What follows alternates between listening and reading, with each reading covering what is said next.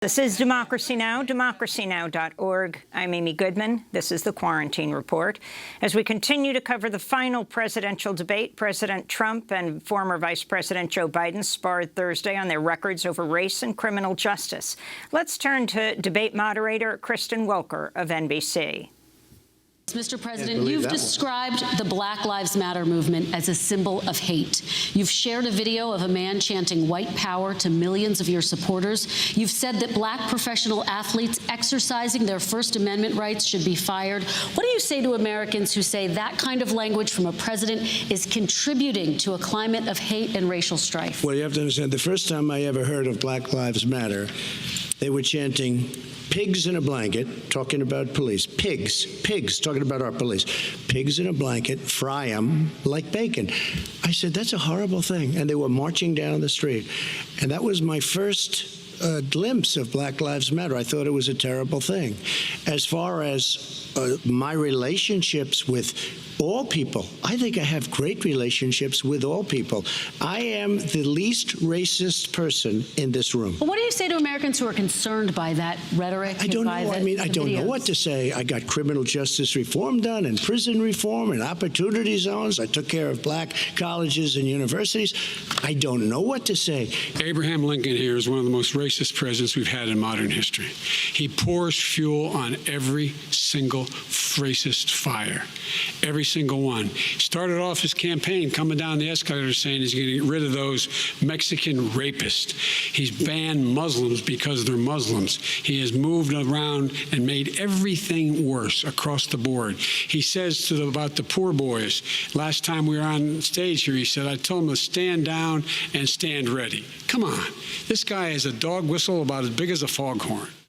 We're joined right now by Rashad Robinson, spokesperson for Color of Change PAC. Welcome back to Democracy Now!, Rashad. Your response to what they're saying there and overall to the debate. You know, I mean, I think one of the things that when these conversations happen about race, we oftentimes sort of hear a whole bunch of disparities, or we hear, candidates trying to talk about what they're going to do for the community. And, that I think is helpful to some extent, but I think that what we're oftentimes seeing, I think what I hope we can see more from the Democrats is actually really leaning into how racial justice is not just about what you're going to do for the community. Racial justice is also a strategy about how we actually win on the wide range of things that we can win on, from healthcare to climate to so much more, because part of the problems of why we don't have the things that we need in this country is because of systems set up around racial inequality. And so we shouldn't just follow the ball that Donald Trump lays down about the racism that's at the heart of his campaign, some of the sort of racial enabling and racism that's at the heart of the Republican Party. We know all of that. What are we going to actually do to motivate people not just to hate Trump, but to love the other side in return? I think that's going to be the ongoing task, not just about winning elections. It's about governing. It's about having the power to actually overcome the barriers that oftentimes stand in the way of moving us forward on the issues that impact the climate around race, that impact black and brown communities every single day. Can you talk about COVID when it comes to the African-American community, when it comes to communities of color all over this country, the disproportionate effect? Yeah, I mean, I think this is part of, the challenge of how we need to unlock the power of racial justice, right? So when we talk about COVID, we will hear folks say, black folks are dying.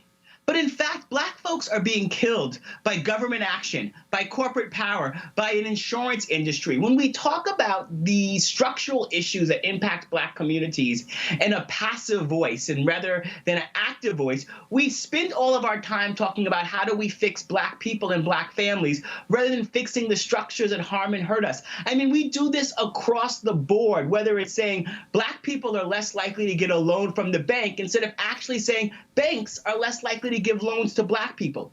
And so when we talk about COVID, it's not that COVID the disease itself is racist. It's that America is racist. And the structures and the systems that we have set up have simply exposed all these challenges. But when we talk about these problems in a passive voice, when we talk about these things like it's just happening to the community, not that the poverty and inequality and racism is part of a manufactured structure, that there's corporate power and other systems at every turn benefiting from the sort of impact of these decisions, then we end up sort of really focused on treating communities like they are vulnerable rather than actually treating communities like they've been targeted, attacked, exploited. It actually leads us to a very different set of solutions when we talk about the structural problems in an active voice rather than a passive voice, because when we talk about it in an active voice, we actually focus on solving the problems at hand rather than trying to fix people. I wanted to talk about for a moment the debate moderator.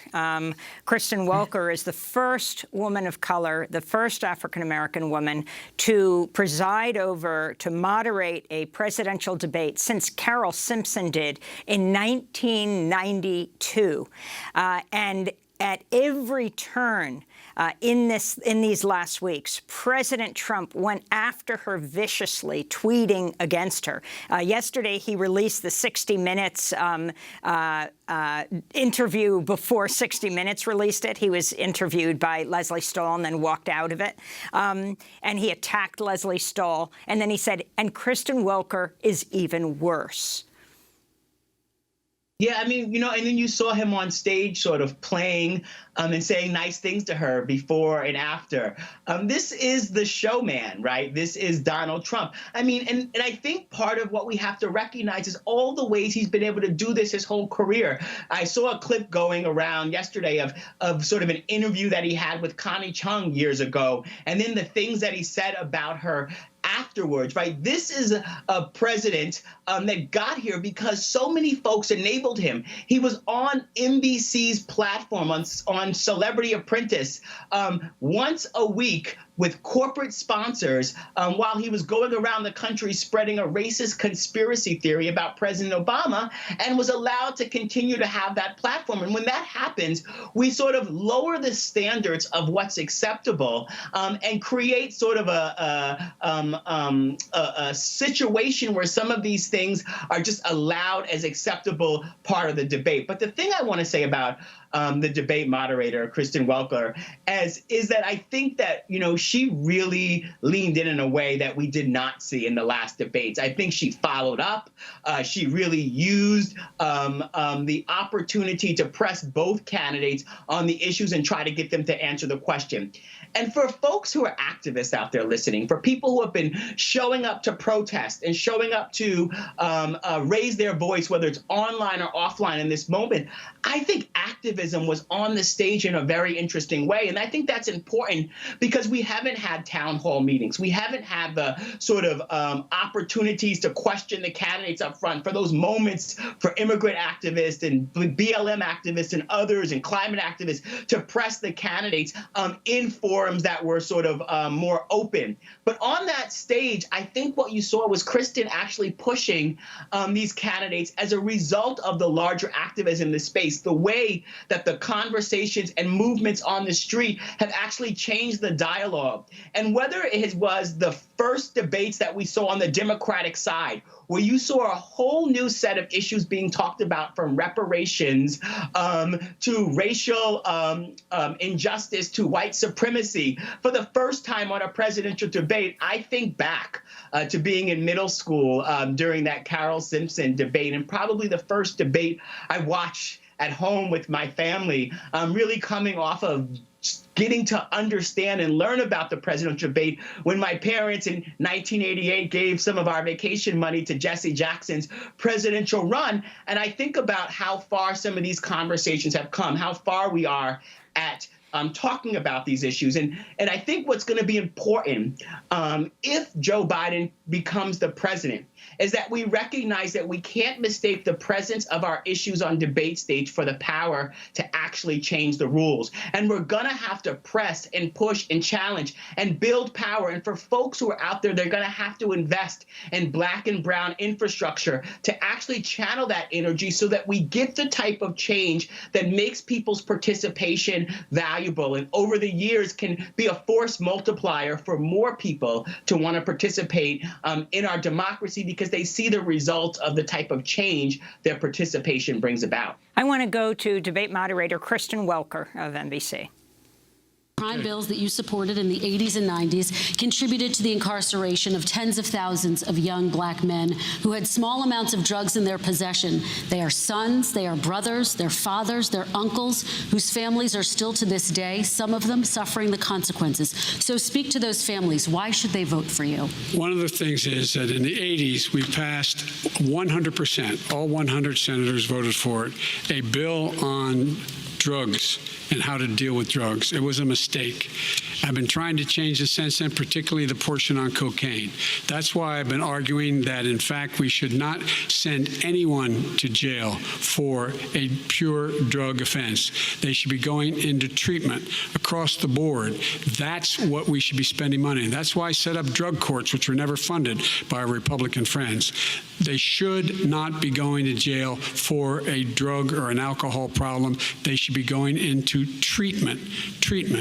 That's what we've been trying to do. That's what I'm going to get done because I think the American people have now seen that, in fact, it was a mistake to pass those laws relating to the drug. But they were not in the crime bill. But why didn't he get it done? See, it's all talk, no action with these politicians. Why didn't he get it done? That's what I'm going to do when I become president. You were vice president along with Obama as your president, your leader, for 8 years. Why didn't you get it done? You had 8 years to get it done. Now you're saying you're going to get it done because you're all talk and no action, Jim. We got a lot of it done. We released 38,000. We got 38,000 prisoners left from the. You got nothing done. 38,000 prisoners were released from federal prison. There were over 1,000 people who were given clemency. In fact, we're the ones that put in the legislation saying we could look at pattern and practice of police departments and what they were doing, how they were conducting themselves. I could go on, but we began the process. We lost an election. That's why I'm running to win back that election and change his terrible policy. So there's Joe Biden and Trump taking on the crime bill. Rashad Robinson, if you can respond. It's just so much misinformation and disinformation. I think this is part of the challenge that organizations like mine have in sort of parsing this through, where Donald Trump is somehow trying to make himself an advocate for criminal justice reform or even drug reform when we know his history and even how the First Step Act came about. I'm not here to defend the Democrats on criminal justice reform. I'm here to say that they are the party that we have the best chance of pushing to do the right thing. They're the folks most likely to be nervous about disappointing us on this issue. But both parties have a lot of work to do, and that is without false equivalencies. I think the thing that's important here is that Joe Biden and his campaign are acknowledging the flaws and the problems in previous decisions about how they dealt with drug policy, about how they dealt with criminal justice, acknowledging on the stage last week that the '94 crime bill was a mistake. And I think that is important. That's a representation of a lot of pushing challenges from those outside and inside of the campaign. And now we need to see that translate into the type of energy and heat necessary to actually make changes on those things, and the type of changes that are not just sort of the cosmetic changes that stop the bleeding, but actually the type of changes that restore people's lives and dignities that have been stolen for them. You know, we have drug laws on the books that are just simply designed to target and exploit Black people, and it starts all the way down with marijuana that is essentially legal for rich people and for white people in this country, and we still see Black and brown people being locked up, all the way up to all the disparities in other drugs.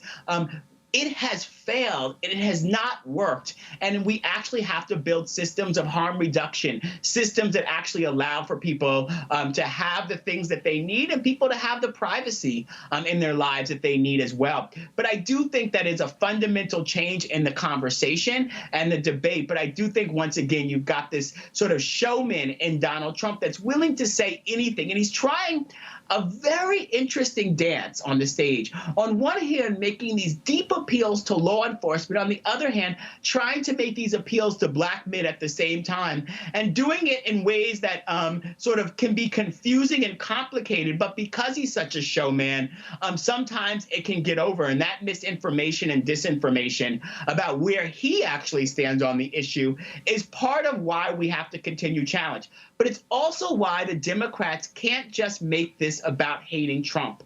They also have to continue to fight and build and put out the policies that are going to change lives and remove barriers and systems that have stood in people's way.